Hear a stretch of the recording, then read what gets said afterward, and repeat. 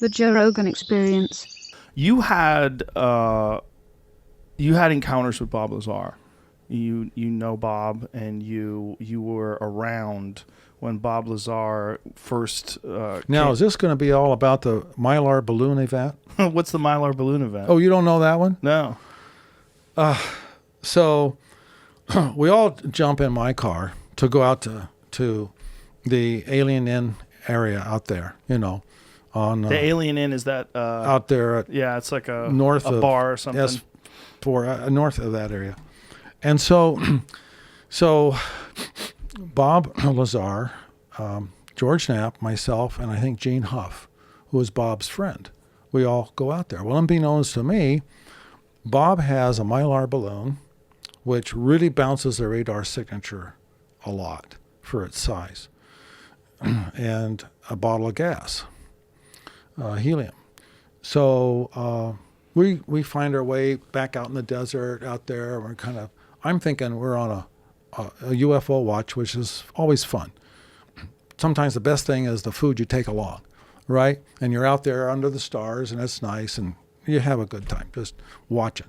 So, but there's a rustle of things going on here, and next thing I know, there's a balloon, this mylar balloon's inflated, and there's a slight breeze, and Bob lets it go. And we're on the opposite side of the mountain range from supposedly S4. And he wants to go that way. Thank God the wind was going in the opposite direction. It was traveling north instead of south. And it went the wrong way, So I'm thinking my life's just passed before my eyes. Why do you think your life passed before your eyes? Because if the balloon goes towards Area S4... it's going to get picked up, yeah. And then they're going to go find out where it came from. And Wackenhut Security is going to come get us, and I'm going to spend the night in jail. Right. So, it all just unraveled real quick. And was this before Bob had gotten in trouble for bringing people to the observation point to watch? Because let's tell a story about Bob real quick. Bob said he worked for Area S4, and he was hired to back engineer what they believe were alien crafts. Along the lines, he had this top secret clearance, and along the lines of all this happening, they're monitoring his phone calls. Turns out Bob's wife is having an affair. Bob doesn't know about this. They remove him from the project because they believe he'll be emotionally unstable. He's freaking out, not knowing that his wife is having an affair, not knowing why he's pulled from this project, doesn't totally understand. So starts telling people about what he's doing and telling people, listen, I can take you to a place where once a week they do these tests. So he starts bringing people to this area. They see these objects flying in these spectacular ways that we really can't do with any of our conventional aircrafts.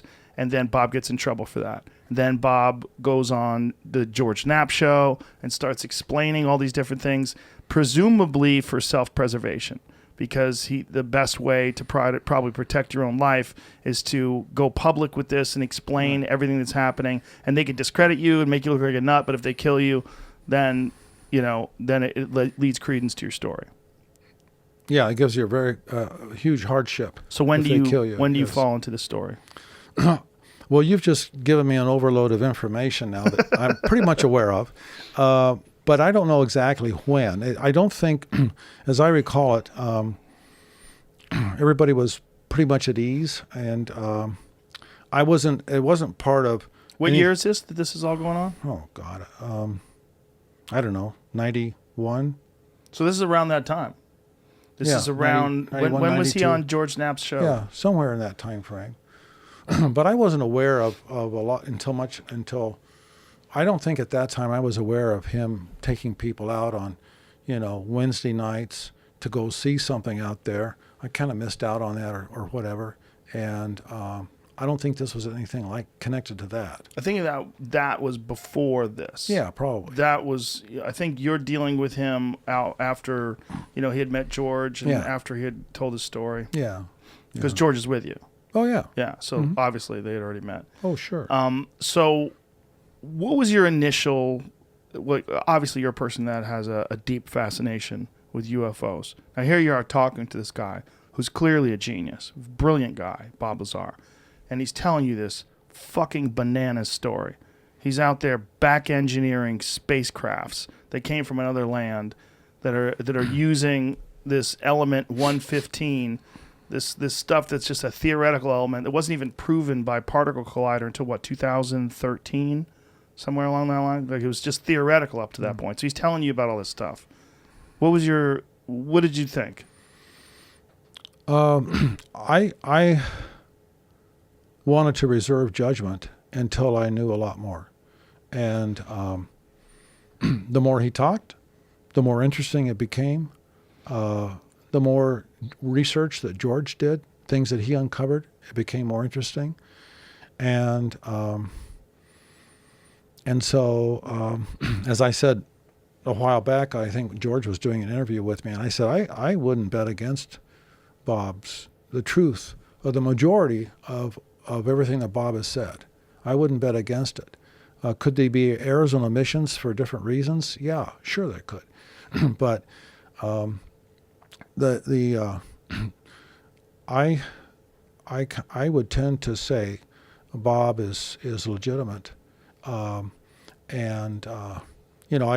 there's certain aspects of things that are parts of stories that you wonder, well, how could this happen, and so forth. But I think if you take all of the collective information and the work that George Knapp has done to validate things, it's awfully damn impressive. But George is such an important part of it because he's a legitimate investigative journalist, and that was his career. And so he poured himself into this. Oh, yeah.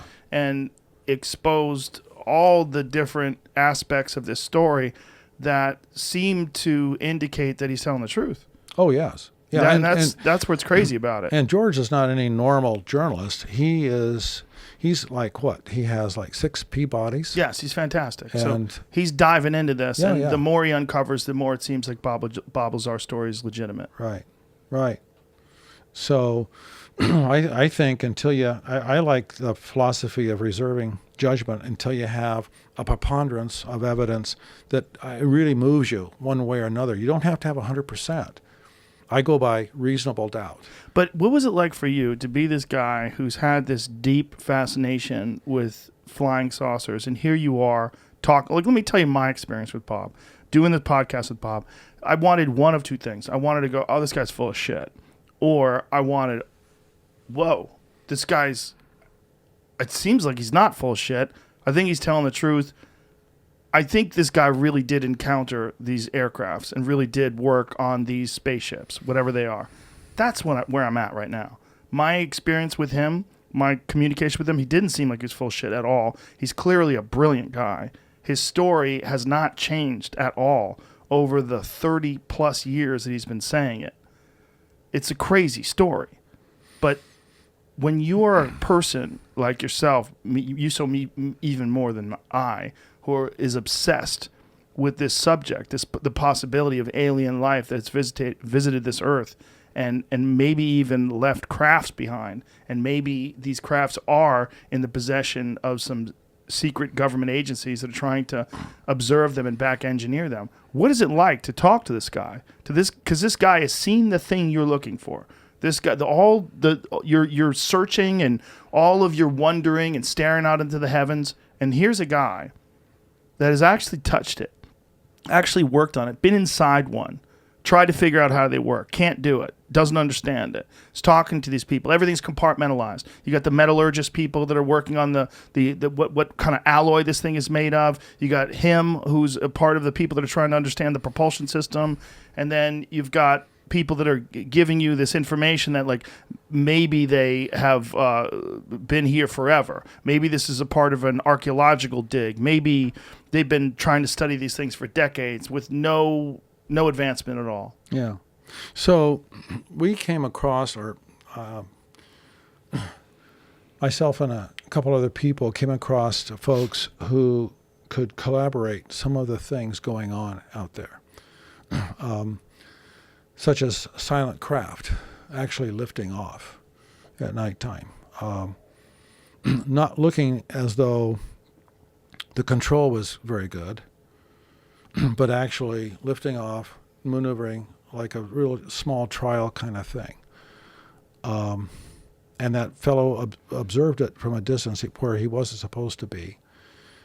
George has come up with collaboration, I think, from two or three other sources also, besides what Bob said, about certain aspects of things out there. It's just that Bob's story is so much more in depth, so much more detailed, like that book that he talked about years ago coming across. Amazing things. So tell people about the book? well, there was a book, as I remember, there was some kind of a book that Bob was allowed to look through, or he seized the opportunity to do it when he was in a room where the book was, but I think that was by design. And it was some kind of a holographic book that as you opened up the pages, whatever the stories were became a hologram. That's my recollection of a conversation that's decades old now. So, if I got it wrong, fire me. I understand.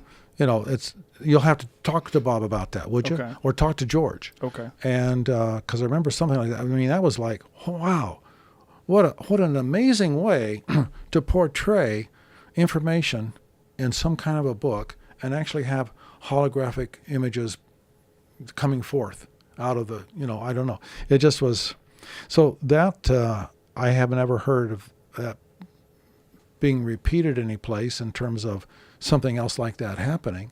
And so much that happened to Bob, it was so unique. There was also some very strange summary of what they understand or what they believe to be true about the origins of human beings, and that they believed that what these visitations were about was that human beings are the product of accelerated evolution, and that these species from wherever had been coming here and doing genetic experiments with primates and created human beings, which is the ultimate, like, who knows, like, wow, that's fun to think about. But we were talking about this last night, like how bizarre humans are, that out of all these things on earth, we're the only ones with shoes.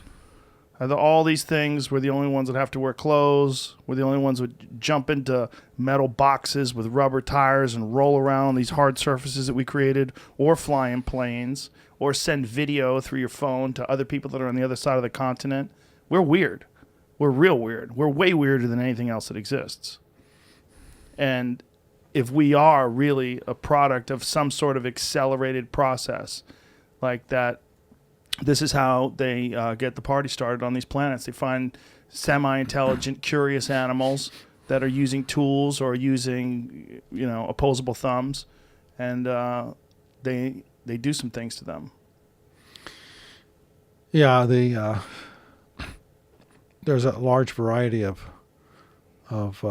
potential beginnings. More evidence for some than others, right? So that's always the trick. Have you considered that? Is this like a subject that you've deeply considered and thought about? Not really. Really? I'm here. I don't want to look a gift horse in the face. I'll take it for what it is, Really? Yeah. I mean, I think about it a lot. I don't know. I think I need more evidence to be more curious about. I'm more concerned about other kinds of things that are now than where did the human species come from particularly. I'm more driven by other kinds of things that could make a difference today going forward. So getting back to the Bob Lazar thing, when you first got to know him and you first were considering this story and how crazy it was, what was it like to meet a guy who, at least by his own accounts, had encountered this thing that you were seeking? Well, Bob's a likable guy. He, as you said, he's very smart, and so he's interesting to talk to, right? Yeah. And so that's more than just entertaining. To listen to his story is profound, right? So it gives you an awful lot to think about and to try to position as to how can you measure future information you might get against that story. How can you verify different kinds of things? And so I've heard a lot more silly things, I think, than And then what Bob was talking about didn't seem all that ridiculous. And then the more you get to talk to him, the more you get to know him, and people like George, who's an investigative journalist, it gets more and more wow. Catch new episodes of the Joe Rogan Experience for free only on Spotify. Watch back catalog JRE videos on Spotify, including clips. Easily, seamlessly switch between video and audio experience. On Spotify, you can listen to the JRE in the background while using other apps and can download episodes to save on data cost, all for free. Spotify is absolutely free. You don't have to have a premium account to watch new JRE episodes. You just need to search for the JRE on your Spotify app. Go to Spotify now to get this full episode of the Joe Rogan Experience.